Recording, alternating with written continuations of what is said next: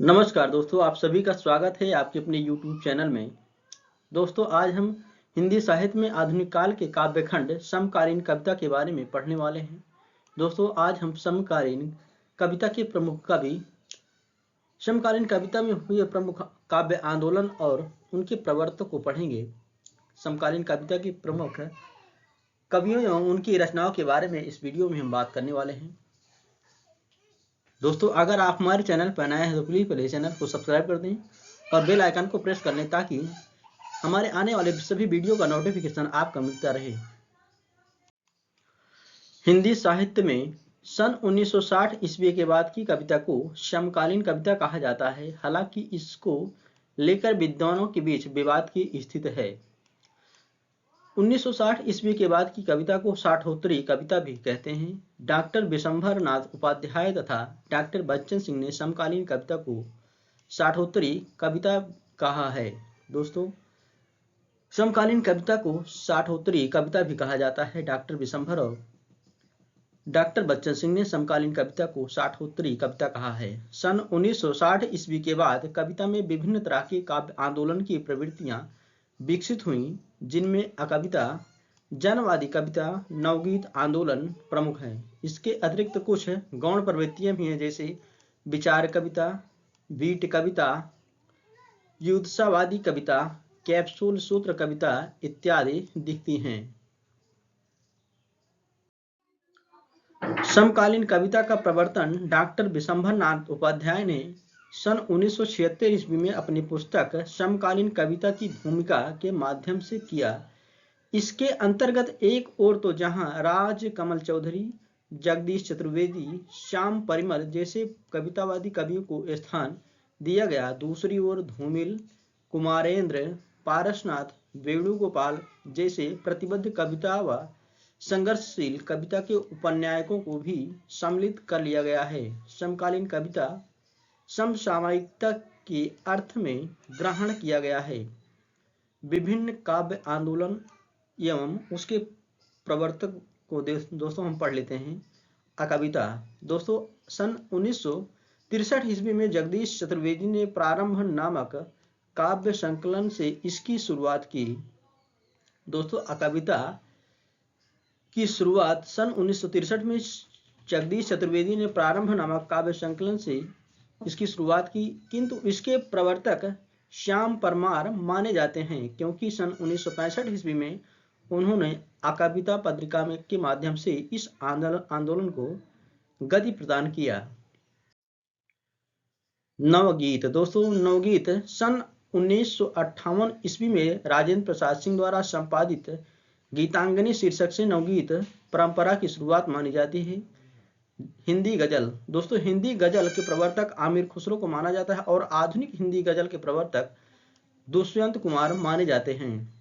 दोस्तों, अन्य काव्य आंदोलन और उनके प्रवर्तक दिए गए हैं, उनको पढ़ लेते हैं। दोस्तों, बीट पीढ़ी या जनरेशन, दोस्तों इसके प्रवर्तक हैं राजकमल चौधरी। युद्धसावादी कविता, दोस्तों इसके प्रवर्तक हैं सलभ श्रीराम सिंह। नव प्रगतिशील, दोस्तों इसके प्रवर्तक हैं नवल किशोर। सहज कविता, इसके प्रवर्तक हैं डॉक्टर रविंद्र भ्रमर। आज की कविता, इसके प्रवर्तक हैं हरीश मदानी। वाम कविता, दोस्तों इसके प्रवर्तक हैं डॉक्टर परमानंद श्रीवास्तव। ताजी कविता, इसके प्रवर्तक हैं लक्ष्मीकांत वर्मा। जबकि टटकी कविता, दोस्तों इसके प्रवर्तक हैं राम बचन राय।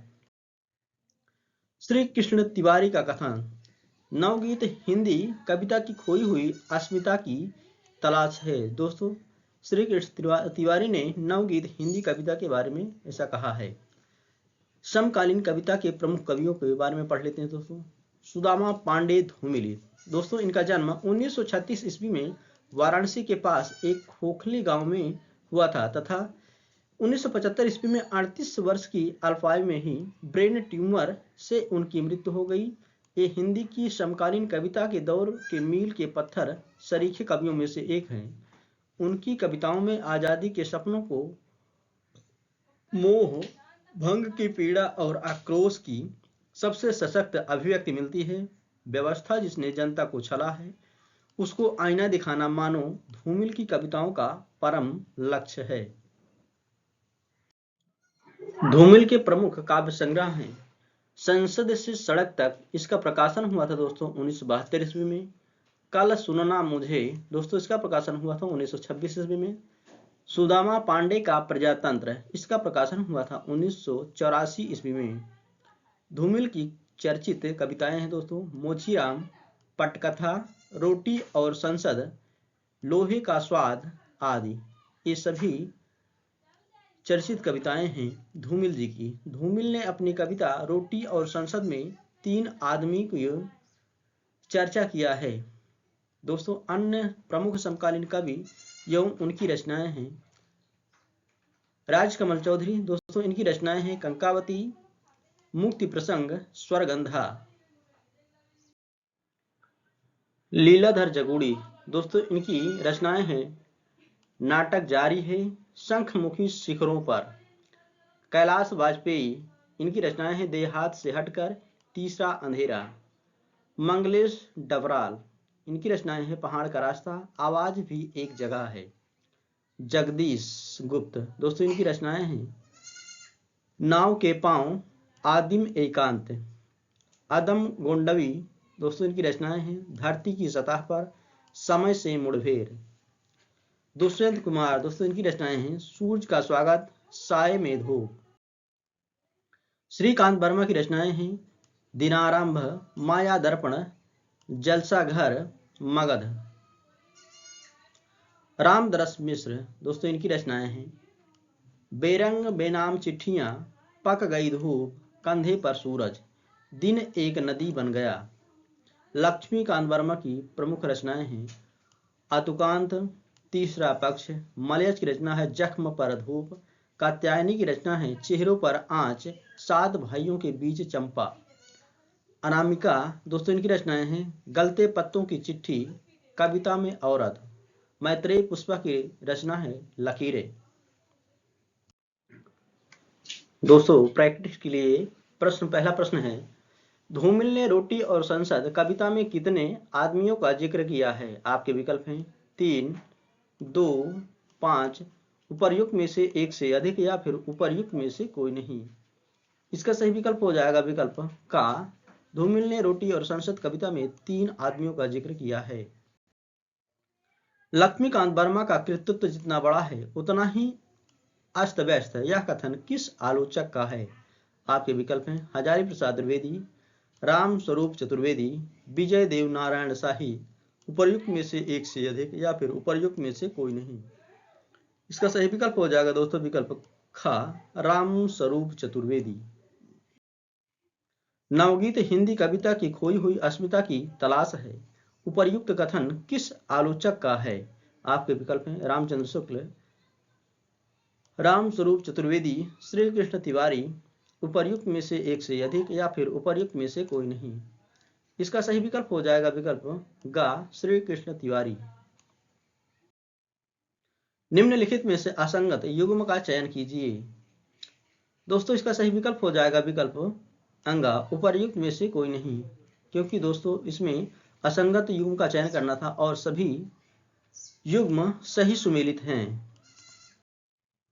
हिंदी में नवगीत परंपरा की शुरुआत किसने किया? आपके विकल्प हैं गोपाल दास नीरज, शंभुनाथ सिंह, राजेंद्र प्रसाद सिंह, उपर्युक्त में से एक से अधिक या फिर उपर्युक्त में से कोई नहीं। दोस्तों इसका सही विकल्प हो जाएगा विकल्प ग, राजेंद्र प्रसाद सिंह। दुष्यंत कुमार का संबंध हिंदी के किस क्षेत्र से है? आपके विकल्प हैं कविता, गजल, नवनीत, उपर्युक्त में से एक से अधिक या फिर उपर्युक्त में से कोई नहीं। इसका सही विकल्प है विकल्प खा, गजल। एक आदमी रोटी बेलता है, एक आदमी रोटी खाता है, एक तीसरा आदमी भी है जो न रोटी बेलता है न रोटी खाता है। उपर्युक्त पंक्तियां धूमिल की किस कविता से हैं? आपके विकल्प हैं नक्सलवादी, मोचीराम, अकाल दर्शन, उपर्युक्त में से एक से अधिक या फिर उपर्युक्त में से कोई नहीं। दोस्तों इसका सही विकल्प हो जाएगा विकल्प अंगा, उपर्युक्त में से कोई नहीं, क्योंकि ये पंक्तियां धूमिल की रचना संसद और सड़क से लिया गया है।